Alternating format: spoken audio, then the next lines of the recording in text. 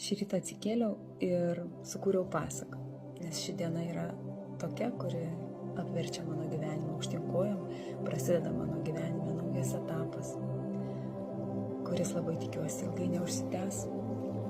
Pasaka, o jei žvaigždės iš tikrųjų būtų klausimai, o dangus didelė drobė, kurioje mes visi rašome neatsakytas svajones.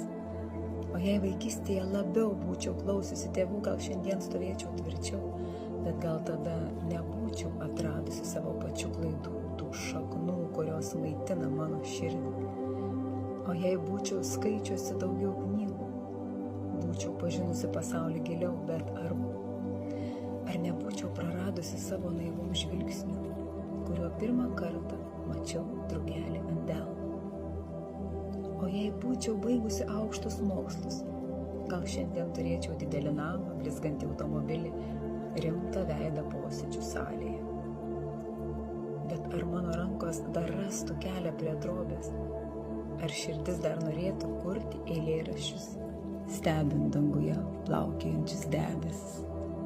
Jei būčiau visur keliavusi po pasaulį, rinkusi miestų šviesas ir svetimų kalbų melodijas, ar būčiau kitokia, bet esu čia, tarp savo paveikslų,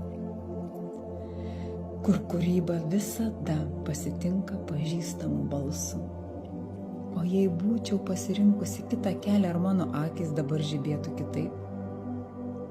O jei visai nieko nebūčiau rinkusis, o tiesiog leidusi gyvenimui tekėti, ar jis būtų išnešęs mane ten, kur kūnas tebebūna stiprus?